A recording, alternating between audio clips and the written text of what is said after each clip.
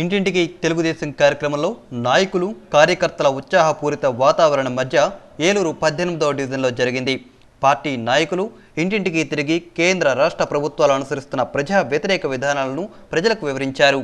Gas ధరలు కేంద్ర ప్రభుత్వం ఇష్టానుసారంగా పెంచడం వల్ల పేద మధ్యతరగతి ప్రజలు తీవ్ర ఇబ్బందులు పడుతున్నారని నియోజకవర్గ కన్వీనర్ బడేటి బుజ్జి ఈ సందర్భంగా ఆగ్రహం వ్యక్తం చేశారు.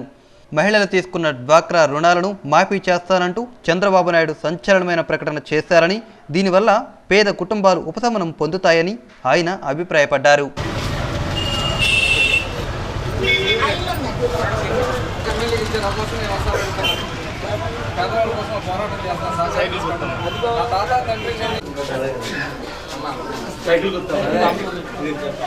ఇంటింటికి తెలుగుదేశం పార్టీ కార్యక్రమంలో మరి పెద్ద ఎత్తున ఇక్కడ తెలుగుదేశం పార్టీ శ్రేణులందరూ కూడా పాల్గొని ప్రతి ఇంట్లో కూడా తెలుగుదేశం పార్టీ అధికారంలోకి వస్తే చేపట్టేటువంటి కార్యక్రమాలు పథకాల గురించి తెలియజేయడం జరిగింది. అదే రకంగా ఈ డివిజన్ ప్రజలకు కానీ పట్టణ ప్రజలకు కానీ ఎల్లవెల్ల నేను అందుబాటులో ఉంటాను, పేద ప్రజల కోసం పనిచేసి పెడతానని చాలా స్పష్టంగా చెప్తూ మరి ఈ యొక్క యాత్రని జయప్రదం చేసుకుంటూ ముందుకు వెళ్తున్నాం.